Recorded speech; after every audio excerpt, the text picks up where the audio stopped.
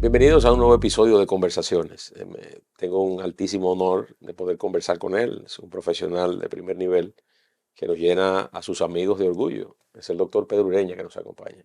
Un gusto. El placer es mío, Roberto, y gracias por la invitación. Un verdadero honor. Doctor, yo quiero comenzar esta conversación con aspectos muy personales.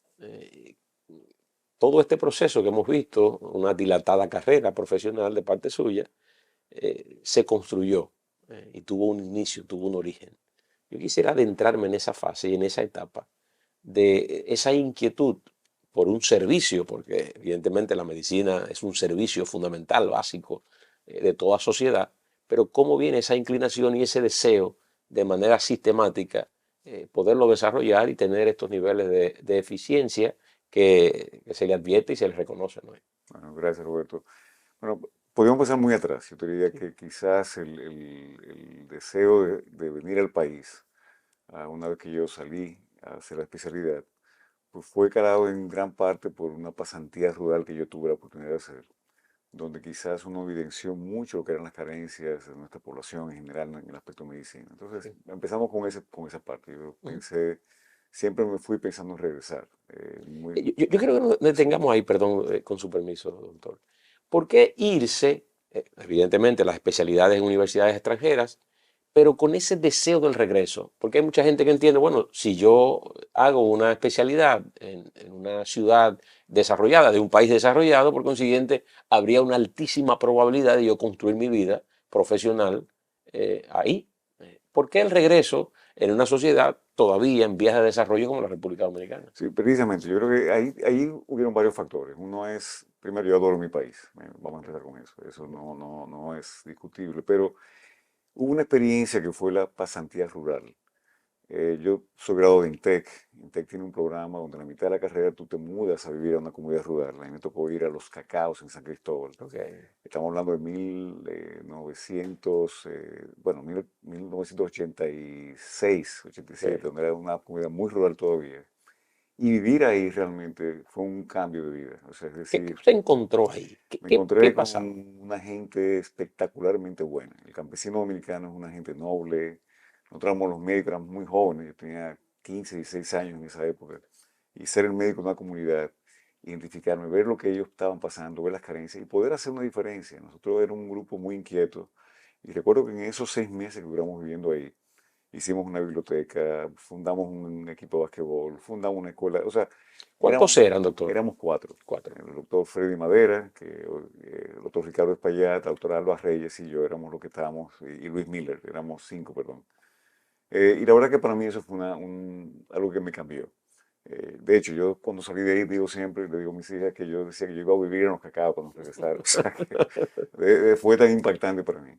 Pero sí, sí entendía que yo podía hacer una diferencia aquí, que quizás no iba a hacerla fuera de aquí. O sea, yo decía, en Estados Unidos todo está hecho, Sí. quizás en República Dominicana yo podía contribuir a cambiar algunas cosas. Así que definitivamente para mí eso fue un momento determinante en mi vida, esa pasantía rural.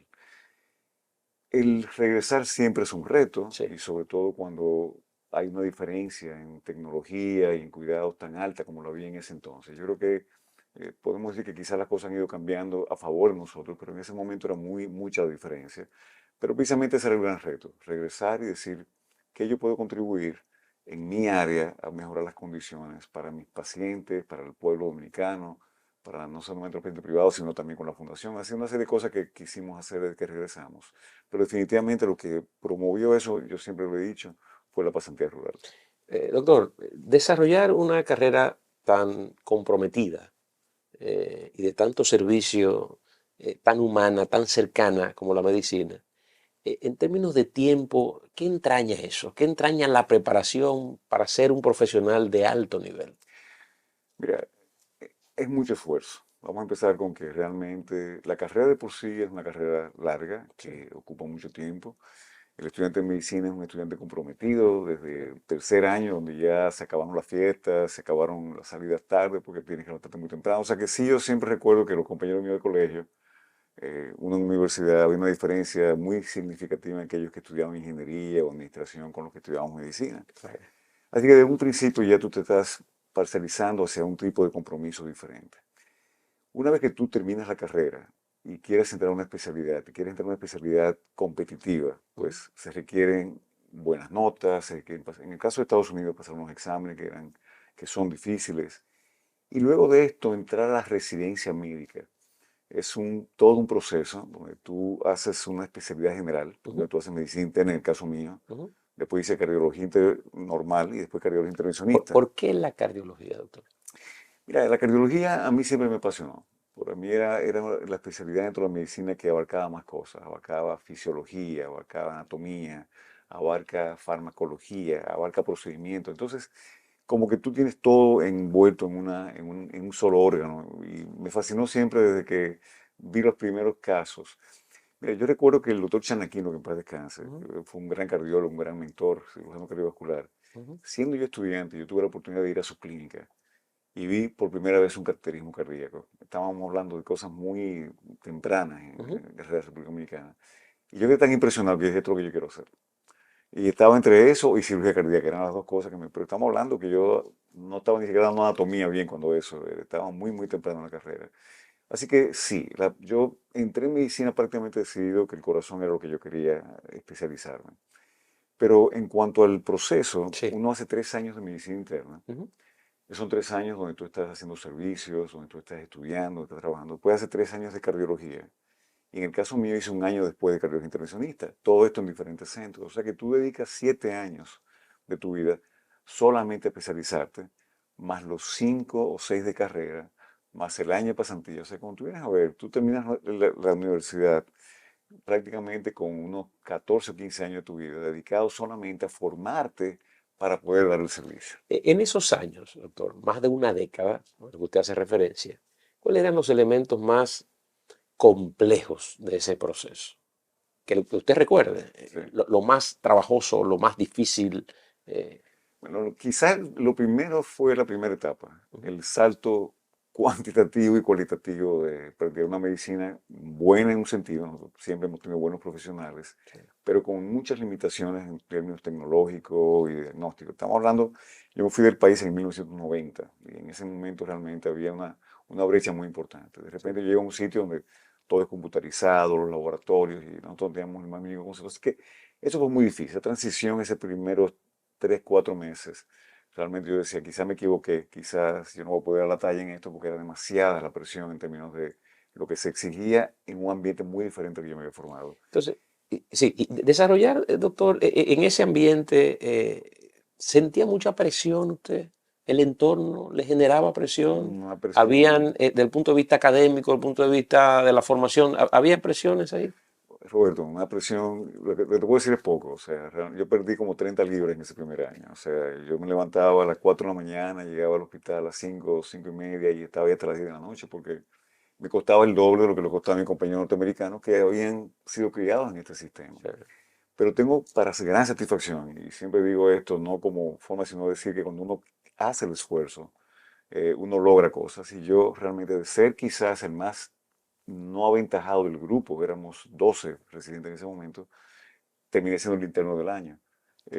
O sea, me reconocieron quizás ese gran esfuerzo que hice y gracias a Dios pude continuar la carrera con muy buenos posicionamientos en el hospital. ¿Cuáles son los elementos más representativos de una residencia, doctor? ¿Qué elementos hay, para ponerlo en contexto a aquellos que no le damos mucho seguimiento a eso, Sí. pero ¿cuáles son los elementos más representativos y característicos de una residencia para un estudiante? Mira, una residencia médica, cuando uno habla de una especialidad, es un trabajo. Lo que tú vas a hacer es trabajar en un área durante tantos años, pero con una supervisión y con una demanda académica. Me explico. Tú llegas en la mañana, tú vas a pasar, rondar en tus pacientes, evolucionarlos, discutir los casos, luego le presentas los casos a un jefe de servicio.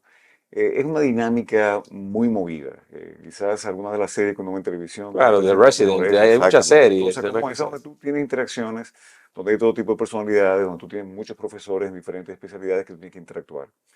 Pero al final, tú vas rotando por diferentes áreas. Pasa unos meses en cuidado intensivo, pasa unos meses en la emergencia, pasa unos meses en el piso, pasa unos meses en la área diagnóstica y tú vas creando, te vas formando pero trabajando. Y eso es lo que te va haciendo el especialista. Usualmente al primer año tú tienes que tomar un examen y ese examen te valora, en el caso de Estados Unidos, se llama un in-service, donde te valoran cómo está tu desempeño y tu conocimiento. Y eso lo tomo muy en cuenta para decirte que te renovamos al segundo año. El segundo año pasa lo mismo y así tú vas creando una especie de expediente, que es lo que te facilita después querer hacer otra especialidad. Pero cuando tú terminas, en el caso de Estados Unidos, medicina interna, entonces tú tienes que empezar a aplicar ahora a cardiología. Y eso es todo un proceso. Tú tienes que empezar a aplicar a todos los hospitales, hacer entrevistas. Lo que tú hayas hecho en medicina interna pesa mucho en poder entrar a una Es la base, especialidad. doctor. Exactamente, esa es la base. Pero hay especialidades que son más competitivas que otras. Hay especialidades como, ¿cómo te puedo decir? Gastroenterología, cardiología, que son las que todo el mundo quiere ir. Pero entonces no todo el mundo puede entrar. Entonces ahí toman en cuenta mucho cuál fue tu desempeño en esos 3 años en medicina interna. ¿Qué lograste? Si lograste buenas notas en los exámenes, si tus profesores te recomiendan, si pudiste ganar honores. Todas esas son cosas que realmente toman en cuenta para poder entrar a la especialidad. Haces 3 años de cardiología, lo mismo que hiciste en medicina interna, que había quiero ser cardiólogo intervencionista. El mismo proceso de nuevo, a entrevistarte en hospitales, a pasar todo el proceso de nuevo para ver dónde ¿Cómo fue tú. esa experiencia, doctor? De usted, bueno, ya estoy en cardiología. ¿Cómo aparecen los hospitales? ¿Quién se muestra interesado en lo que yo puedo ofrecer? Sí, mira, hay un sistema ya muy organizado, hay un sistema organizado donde tú realmente sabes dónde están las mejores especialidades. Y tú dices, bueno, esto es lo que yo quiero tirar Lo a más alto. Marte para llegar a la Luna, Ok. quizás, ¿me entiendes? Si realmente uno empieza a aplicar, algunos hospitales sencillamente no te aceptan la aplicación, otros dicen, sí, vamos a entrevistar, y entrevistan 50 para coger dos. Tú sabes, de hecho, en el caso nuestro de intervencional éramos dos. Yo tuve la gran, bueno, ¿cómo diría? Un premio casi, que pude entrar a una universidad muy buena, donde se hacía muy buena carrera internacional, que era la Universidad de Brown, en Rhode Island. Ok. Y realmente ahí fue que hice el año intervencionista. Pero hice un proceso de entrevista en varios lugares antes de llegar ahí. Doctor, bien. Se cumplió ese proceso de formación y usted regresa al país. Bien. ¿Qué hacemos? O sea, llegó a la República Dominicana, viene cargado de entusiasmo, de interés y demás. ¿Cómo empezar? ¿Cómo laborar aquí? ¿Cómo poner en práctica todos esos conocimientos de años de formación? Esa parte. Esa parte, Roberto, fue quizás uno de los retos más grandes. Y yo te diría que yo llegué en un momento donde realmente solamente estaba Corazones Unidos, que había empezado un programa de cateterismo cardíaco. Ujú. Que Pollo Minera, que paz descanse, fue realmente un pionero en ese sentido. La clínica Chanequino ya había cerrado, yo no había podido desarrollar el programa. Y realmente yo llego aquí y recuerdo que yo había comprado un local en la Abel González de la Lincoln, pero todavía la clínica no se había terminado. Entonces alquilé un local en Corazones Unidos y ahí empezamos a hacer los primeros pasos. Ganarse, doctor, la favorabilidad de la gente, la confianza de la gente, el crédito público de decir, bueno, de encontrarse, vaya donde ese doctor, que ese doctor es bueno y le recomienda a uno las cosas bien y le da seguimiento. ¿Cómo Bueno, lograr eso? mira, al principio, Construir eso. sí, mira, al principio del consultorio nuestro, mi esposa era mi secretaria, mi asistente, mi enfermera, éramos ella y yo solamente. Y veíamos 2 pacientes a la semana y casi siempre eran padres de amigos o tú sabes, o sea, no, yo no había una base. Entonces sí, eso uno va poco a poco. Y como te digo, el primer catecismo que yo hice fue el padre de un amigo mío que era médico en Estados Unidos. Pero eso empieza entonces, como digo, el boca a boca. O sea, Sí, ese claro. señor te recomienda a otra persona. Y así poco a poquito fuimos creando una práctica en base a mucho trabajo, porque cuando había un paciente, pues no le dedicaba el 100%, pero realmente fue un inicio duro, no te lo puedo negar, fue un inicio muy difícil donde realmente vivíamos el mes a mes, o sea, muchas veces con lo que veíamos como paciente, no podíamos ni siquiera pagar el alquiler del local, o sea que fue una época de esos primeros 6 meses, yo diría que fue bien difícil. Siempre recuerdo que mi ex jefe me vino a visitar aquí, me vino a dar una conferencia y él me invitó a comer, me decía, qué te pasa a ti? ¿Qué tú haces aquí? Tú estás loco, o sea, vamos, tienes una oportunidad de trabajo ya, has dejado toda una posición, pero yo creo que llegó un momento, Roberto, que en realidad era casi un poquito de orgullo de tanta gente me dijo que no lo hiciera, porque te voy a ser honesto, cuando yo Sí. tomé la decisión de venir para acá, mucha gente me decía, no, no hagas eso, que ¿Cuál, tú cuál tienes. era el argumento fundamental? El argumento era que realmente yo no iba a poder ejercer lo que estaba haciendo allá. Yo había hecho un entrenamiento muy alto nivel y aquí apenas se estaba empezando con una tecnología muy básica todavía. y que realmente es un ambiente muy diferente el trabajar en un hospital estructurado en Estados Unidos a venir a trabajar aquí en una clínica que, como quiera que sea, tenía sus limitaciones. Ese era el principal argumento. Y el otro argumento era que yo tenía una familia, yo tenía Claro, 2 hijas, tenía una claro. esposa y que posiblemente me iba a dar trabajo poder sostenerlos aquí. O sea, no había ninguna duda. Incluso personas aquí que eran personas que yo les respetaba mucho, como el doctor Cuello Menari, que en paz descanse, me decía, ¿tú estás seguro? Yo no te vamos a abrir la puerta, pero ¿tú estás seguro que ese caso se va a dar? Aquí habían 2 o 3 cardiólogos que tenían una práctica muy sólida, pero eran prácticas ya muy establecidas, muy tradicionales. O sea, una persona joven acaba de llegar, yo terminé muy joven la carrera, entonces era un verdadero reto. Pero yo creo, como te decía, cuando el profesor mío vino aquí a hablar conmigo, yo creo que parte de lo que me hizo más quedarme a decir, caramba, me va a ser muy difícil llegar con, como dicen, en el rabo entre las patas, diciendo, mira, tanto me lo dijeron y fracasé. Yo quise hacer el intento, me voy a dar 2 años. Si en 2 años yo no puedo establecerme, pues entonces me regreso. Doctor, ¿cómo ha ido evolucionando la medicina en la República Dominicana? Usted ha sido uno de los protagonistas, sobre todo de la generación posterior a los años 90, 2000, este siglo, ¿no? Siglo Sí. XXI, que ya tiene 25 años prácticamente. ¿Cómo ha ido ese proceso de evolución, ese proceso tecnológico, cómo ha llegado al sistema de salud? Mira, realmente nosotros tenemos que reconocer que ha sido un salto cualitativo y cuantitativo tremendo en los últimos 25 años. Y en esa gran parte hay muchas personas a las que hay que reconocer. Coyo Menardi es una de las personas, pero una persona que quizás no se le da el mérito suficiente al doctor Juan Manuel Taveras, que en paz descanse. Juan Manuel Taveras fue, no sé si sabes, un profesor Sí, dominicano de Harvard que realmente fue el pionero detrás de lo que es hoy día Plaza de la Salud y Sedimat. sí. Y yo regresé al país, cuando ya yo decidí que venía, yo tengo un compadre que es nieto de él. Me Ujú. dijo, tú tienes que hablar con mi abuelo tiene un proyecto allá y yo quisiera que tú fueras a hablar con él. Yo fui a Maciena a hablar con él. Y una de las visiones de él decía, mira, la única forma como República Dominicana va a mejorar su estándar de medicina es haciendo algo que eleve el nivel y esto force a todo el mundo a subir el nivel. Estamos hablando de una época donde usted estaba muy joven quizás cuando eso, pero en nuestro país realmente habían pocos métodos diagnósticos de alto nivel. Casi todo el equipo eran equipos, aquí le dicen rebeldeados, es decir, que se compraban ya desechos. Por eso, por ejemplo, tú hacías una tomografía aquí no te la aceptaban en ningún sitio en Estados Unidos porque la calidad era muy mala. Yo creo que el doctor Taveras tuvo una visión y con Plaza de la Salud, Sedima, fueron centros que empezaron a adquirir equipos de última generación y eso le dio realmente un salto, porque todo el mundo tuvo que decir, bueno, si yo quiero competir, tengo que subir el nivel. Y yo creo que hay una revolución importante en lo que se refiere a métodos diagnósticos y a quizás a medicina de un mayor nivel. De ahí fue una cascada. Sí. Yo creo que realmente lo que pudimos empezar a ver fue que esa brecha que teníamos tan alta entre lo que era una medicina de alto nivel de República Dominicana con Estados Unidos, con Colombia, empezó cada vez a disminuir más. En algunas áreas más que en otras, pero definitivamente yo puedo decirte que ya hoy día aquí se practica muy buena medicina, de mucha calidad. Tenemos todavía algunas deficiencias, pero nada que ver con lo que era hace 30 años. ¿Dónde radica hoy por hoy, doctor, esas debilidades que usted todavía advierte al sistema de salud en la República Dominicana? Me refiero al sistema privado, porque luego quiero que nos adentremos Sí. un poco una mirada al sistema público, pero del sistema privado, ¿cuáles son esas carencias todavía? Mira, hay varios aspectos. Uno es, nosotros vemos para mí el mayor logro que se ha tenido en medicina, que ha sido la seguridad social, Ujú. que ha sido algo que ha permitido la proliferación de muchos procedimientos que antes eran muy limitados. Ok. Se han masificado.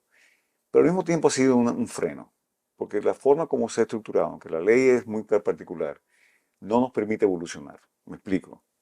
Aquí la mayoría de procedimientos tienen que estar bajo un catálogo, pero son procedimientos que se hacían hace 10, 15 años cuando salieron las primeras normativas de la ley. Sí. Para renovar ese catálogo ha sido prácticamente imposible. Yo hago procedimientos que lo hago porque tengo una práctica privada fuerte, pero cualquier persona que tenga un seguro básico o básico complementario, sencillamente son procedimientos que no están en catálogo. Y estamos hablando de cosas que salvan vidas, como un marcapaso desfibrilador, como una válvula percutánea, como esas cosas que son rutinarias en otros países. Nosotros tenemos esa gran limitante de que no hemos podido evolucionar. Se ha luchado mucho con eso, se sigue peleando, pero no se ha podido conseguir. A lo que diga, oye, todos los años vamos a reunirnos y vamos a decir cuáles son las cosas nuevas que hay en la medicina mundial y vamos a tratar de implementarlas. Ah, que es muy costoso y que el sistema no lo aguanta. Bueno, pues vamos a ver qué número de casos se puede hacer como hacen otros países, que dicen, ok, yo tengo una cuota para medicina de alto nivel, como por ejemplo el proceso de alto costo, Sí, vamos a hacer eso y vamos a renovarnos. Eso para mí nos ayudaría muchísimo a seguir evolucionando. Eso es un aspecto. sí, El otro aspecto importante, la parte de los paramédicos, o sea, lo que es la parte de enfermería, los técnicos. Hay un problema de que el nivel muchas veces no es bueno. ¿Por qué? Porque no se paga bien. Y nuestras enfermeras, que son más capacitadas, tienen que trabajar en 3, 4 sitios para poder subsistir. Al tú no pagarle bien, el que no, el que tiene un cierto nivel, mejor estudia medicina, porque ¿para qué voy a estudiar enfermería? Cosa que tú no ves en otros países. sí. O sea, tú te vas a países desarrollados donde una enfermera bien preparada gana un buen sueldo, puede vivir, puede mantener a su familia con un solo trabajo. Entonces, esa parte de la parte de paramédico, lo que son la parte técnica, la parte de enfermería, también nos falta todavía un mejor nivel. Y yo creo que eso tiene mucho que ver cómo se ha estructurado el sistema de pago para este personal. Doctor, ustedes están permanentemente en contacto con la medicina y con todo lo que ocurre en términos de las actualizaciones. ¿Cómo va evolucionando la medicina a nivel global? Yo sé que ustedes van encontrando evidencia impresionante, pero ¿qué puede compartir con nosotros en ese sentido? Mira, yo diría que la evolución es una cosa, así como nosotros vemos todo lo que es tecnológico, que evoluciona a Sí, una manera, pues así mismo está pasando con la medicina. La medicina usa cada vez más tecnología y eso está haciendo que realmente para un profesional sea casi imposible mantenerse al día en todo. O sea, tú tienes que escoger los a ese nichos nivel, a ese doctor. nivel. Tú tienes que escoger los nichos donde tú te vas a profundizar porque no hay forma. Cada día la innovación. Te voy a hablar de cardiología. Sí, claro. Cardiología tenemos la parte eléctrica, electrofisiología. Tenemos la parte estructural, que tiene que ver con las válvulas. Tenemos la parte de las coronarias. Tenemos la parte de insuficiencia cardíaca. Tenemos la parte congénita. Cada una de esas, yo te puedo decir que tú tienes fácilmente 30, 40 publicaciones diarias que te salen cosas que tú dices, wow, ven acá, espérate. Entonces, se ha convertido que aún dentro de la misma subespecialidad, Ujú, fíjate qué interesante, yo me formé en intervencional y cuando yo me formé, nosotros hacíamos periféricos, hacíamos coronarias, hacíamos lo que llaman estructural, que son válvulas, efectos. ujú. Ya eso, cada una de esas es una especialidad diferente. No me digas, ¿Sí? doctor. Ya tú en intervencional tú dices, o yo me voy a coronario, o me voy a periférico, o me voy a estructural. Lo han Lo dividido. están dividiendo porque es demasiado lo que hay que dominar para poder hacerlo todo. Aquí todavía uno hace un poco de todo, pero realmente porque hay una necesidad. Sí. Pero cada vez más esa subespecialización debido a la gran proliferación de conocimiento, la gran proliferación de que para tú mantenerte con buenas habilidades, si quieres ser bueno en lo que estás haciendo, es demasiada información. A ese nivel estamos. Yo te diría que eh, yo creo que eso es muy positivo porque realmente las personas están viviendo más años y están llegando a una mejor calidad. Ujú. De vida, Precisamente la medicina tiene muchísimo que ver con eso, no solamente la curativa, sino la preventiva claro. también. Pero no, lo que estamos viendo es sencillamente impresionante, Roberto. ¿Te puedo decir eso? Doctor, usted está en un área muy fundamental eh, para el ser humano, pero me voy a concentrar en el dominicano. Y son los problemas de la alimentación, son los problemas del sedentarismo, y todo eso va contribuyendo a una serie de situaciones y dificultades en materias cardíacas. ¿Cómo ha ido eso mejorando? ¿Ha ido mejorando el dominicano su comportamiento frente a la necesidad de cuidarse, al ser disciplinado, como yo lo he dicho y lo he catalogado, no solamente en los aspectos que nos acomodan? Pues yo soy disciplinado y nadie tiene que decirme que tengo que ir a trabajar a las 8 de la mañana, pero entonces ahí tienen que decirme que no comas esto, a ejercicio. Entonces yo siento a veces como que la disciplina Sí, es un poco a según, como dicen sí. en el área Eh, rural, ¿no? Mira, yo te puedo decir, yo tengo ya unos 25 años de práctica y sí puedo decir que he visto una evolución positiva en un aspecto y en otro aspecto no tanto. Okay. ¿A qué me refiero con positivo? Tú sales a las 5 de la mañana por el botánico o sales a las 5 de la mañana y tú vas a ver la cantidad de personas haciendo ejercicio. Claro. Eso es algo que hasta cierto punto, Yo corro un par de veces a la semana, doctor, y bueno, me encuentro con mucha gente. exactamente. O sea que yo Sí, creo que sí se está creando una conciencia de salud y el ejercicio cada vez tuve más personas, los gimnasios están llenos. O sea, creo que hay un poco más de conciencia que lo que había hace mucho. Antes la gente era seleccionado lo que hacían ejercicio. Claro. Ahora creo que es un poquito más masivo. ¿Dónde está la parte negativa? Bueno, en que hemos adoptado un estilo de vida más de países industrializados y eso trae consigo un riesgo cardiovascular mayor. ¿A qué me refiero? Ujú. La vida que estamos viviendo hoy día, el corre-corre, el estrés. Estamos hablando de que yo recuerdo cuando yo era niño, mi papá venía del trabajo, almorzaba y dormía una siesta y después se iba, todo cerraba al mediodía, o sea, era otro estilo de vida. Ujú. No hay duda que esto ha ido impactando negativamente la parte cardiovascular. Y eso está bien estudiado. Hay estudios epidemiológicos que son muy claros en cómo el estrés del día a día y lo que estamos viviendo Genera una afectación directa. genera un efecto negativo a nivel cardiovascular. El otro es precisamente fruto de ese estrés, ese estilo de vida. ¿Qué está haciendo la gente? Comiendo rápido, lo que más fácil, el delivery, que me puede llegar rápido, comida que no necesariamente es la más saludable, no una comida preparada, orgánica, como debe ser. Y eso también tiene un impacto negativo. Así que estamos viendo mucha hipertensión en personas más jóvenes, estamos viendo problemas cardiovasculares manifestándose un poquito más temprano. Y en lo personal creo que ha sido ese cambio en nuestra sociedad hacia una sociedad mucho más intensa. ¿Cuál sería la recomendación desde el punto de vista médico? Desde el punto de vista médico es que tenemos que sacar tiempo para nosotros. Vamos a empezar por ahí. El estrés hay que tratar de manejarlo. Y si no lo puedes manejar, entonces prepararte físicamente para lo que el estrés representa. ¿A qué me refiero con esto?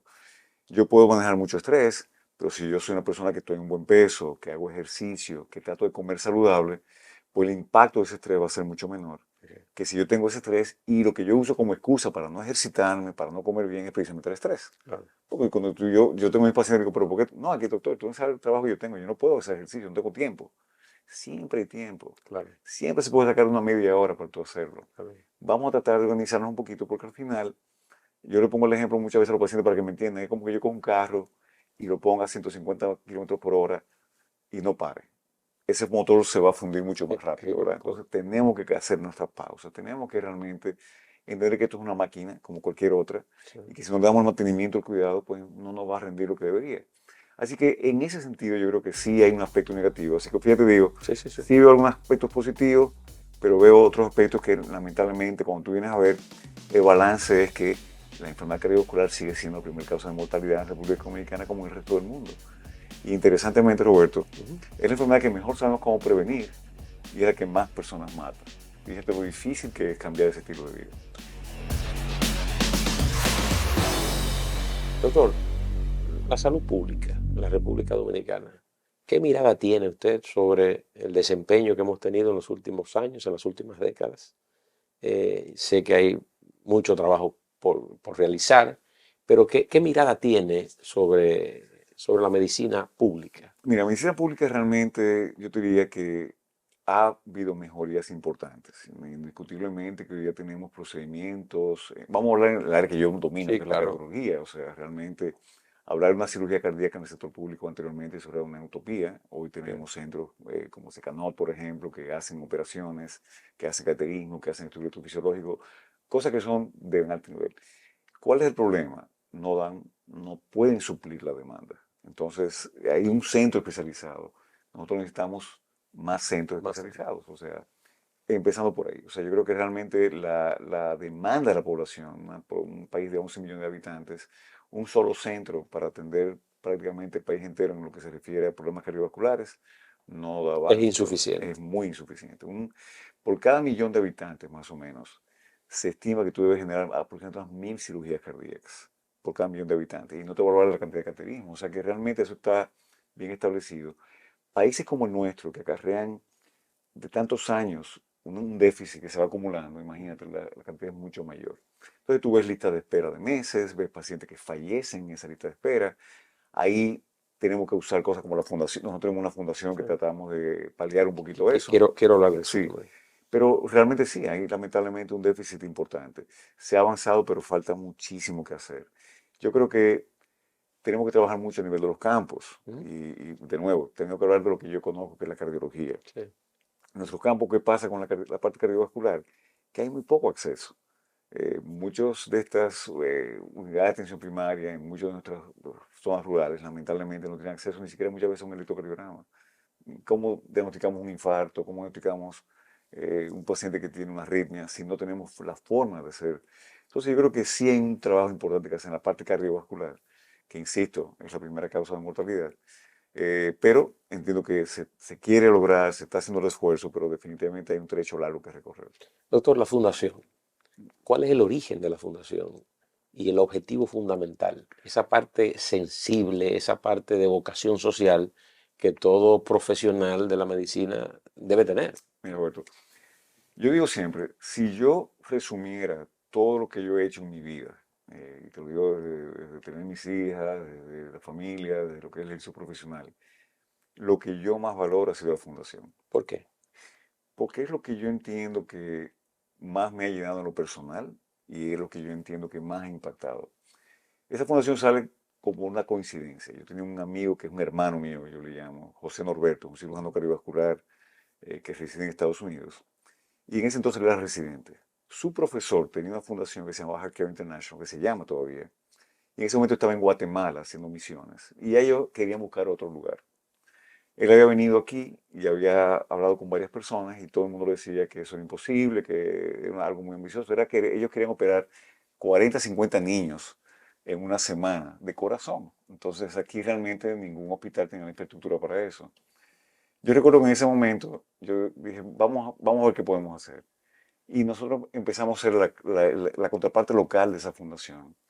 En ese momento el cardenal era el presidente del patronato de la Plaza de la Salud. Hablamos con él y él realmente dijo, vamos a hacer esto y vamos a dar la facilidad.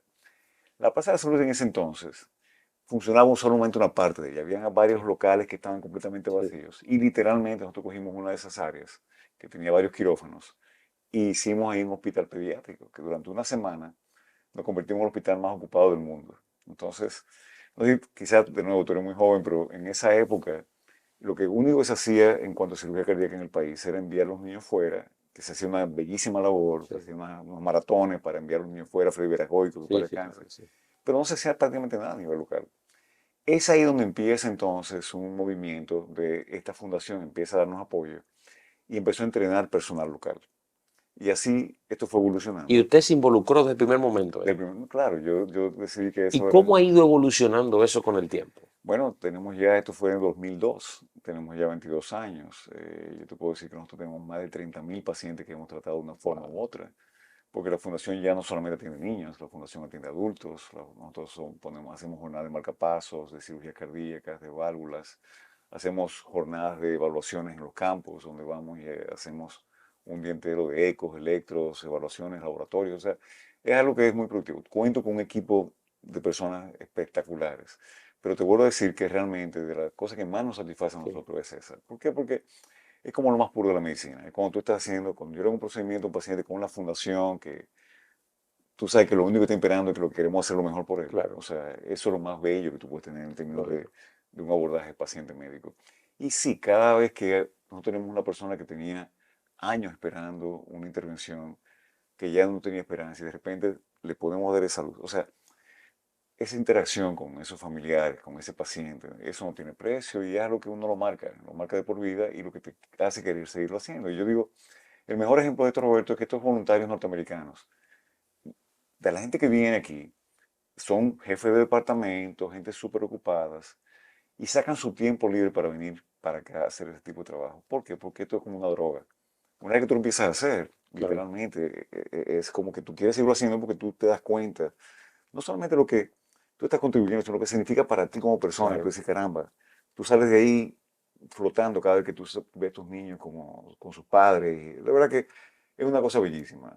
Un día te voy a invitar para que Sí, vayas a claro que una sí, claro jornada que sí, y claro que veas sí. lo que se Doctor, trata. su vida al margen de la medicina, cuando usted no está ejerciendo, cuando un paciente no lo ha llamado y usted está en el calor de su hogar, ¿cómo es su vida, doctor? Mira, yo soy un poquito apasionado de hacer cosas fuera. O sea, a Ujú. mí me gusta mucho la naturaleza. Yo tengo una motocicleta, Sí, ese es mi hobby. sí, sí, Yo ando el país entero sí, en sí. motocicletas. Tengo un grupo de amigos que nos apasiona eso. Me gusta hacer kayak en el mar, hago snorkeling, o sea, buceo. O sea, Ujú. yo trato de hacer cosas así. O sea, eso para mí es lo que me desconecta, salir de la mente. Me gusta mucho leer, pero en el día no puedo estar en la casa. O sea, yo realmente cuando tengo los fines de semana libre, ese fin de semana tú vas a encontrar por algún lugar ¿no? aprovechando la belleza de este país. Su relación con sus hijas, ¿cómo la Sí. define? Mira, muy, muy buena. De hecho, tengo dos hijas, una es médica, tres hijas. Tengo una que es médico, que está en mi oficina ahora, ya se va a hacer la especialidad ahora este año, ya está en el proceso de entrevistas Sí, ahora, ok. haciendo lo que yo hice hace muchos años. Tengo otra que es mercadóloga y ahora también se integró a trabajar con nosotros. Y Ok. tengo una tercera que es diseñadora arquitectónica y ella tiene Tiene su mundo. su mundo, exacto. Pero sí tengo, gracias a Dios, muy buena relación con las tres. Y ahora estoy feliz porque estoy con dos de ellas trabajando conmigo, o sea que estoy, como diríamos, hecho. Doctor, antes de cerrar esta conversación, yo quisiera una reflexión suya a la teleaudiencia, sobre todo a los jóvenes que tienen inquietudes por la medicina. Y a veces ese momento de tomar una decisión, de iniciar, ¿cómo lo hago? ¿Qué hago? Esas interrogantes propios del que no conoce qué va a ocurrir quizás en el futuro reciente, ¿no? O en el futuro cercano, perdón. ¿Cómo, cómo podríamos construirle una reflexión al cierre de esta conversación para esos jóvenes con inquietudes? Yo quisiera en algún momento ser como Pedro Ureña, pero ¿qué debería ser? Sí, mira, yo creo que esto es algo que yo siempre le digo. Me ha tocado hablar con bachilleres que están considerando la medicina como una carrera. Y digo, mira, la medicina es una carrera donde realmente tú tienes que sentirte que es lo que tú quieres hacer y vas a hacer por el resto de tu vida. Pero es una carrera que te va a ofrecer unas satisfacciones que ninguna otra Que profesión no se hace. esfuerce nunca, ¿verdad? No se debe ser No, forzado, ok. no. Debe salir de ti. Pero sí entender que no debemos tenerle miedo al otro aspecto. Hay muchas formas de ejercer medicina. Si la medicina es lo que te apasiona, tú puedes ejercerla como tú quieras, o sea, o la especialidad que tú quieras. Desde un radiólogo que puede estar frente a una pantallas viendo radiografías, hasta un cirujano que está levantándose a las 2 de la mañana para operar a un paciente de urgencia. Hay mucha variación. Si te gusta la medicina, hay demasiadas formas de ejercerla, por lo cual eso no debe ser un deterrente. Ahora, lo que sí tú tienes que sentirte es que tú eres una persona que tienes empatía y que puedes sentir lo que otra persona padece. Si no tienes esa característica, entonces esta no es tu carrera. Y lamentablemente pasa eso. Muchas veces las personas entran a la carrera por lo que ven Por el como algo, resultado, como lo por el decía. resultado, pero esa empatía es muy necesaria. Tú tienes que sentirte que esa persona que está acostada ahí es el papá de alguien, el hermano de alguien, el hijo de alguien, o que podría ser tú. Y cuando tú lo ves así, pues obviamente te vas a entregarte mucho más. Hemos tenido una conversación con el doctor Pedro Ureña. Gracias por sacarnos este tiempo. Ha ¿No? sido una entrevista que creo de mucho provecho. Conocerle un poco más a profundidad y reiterarle mi amistad y mi admiración. No, gracias Roberto y para mí un verdadero privilegio poder compartir contigo. Un gusto.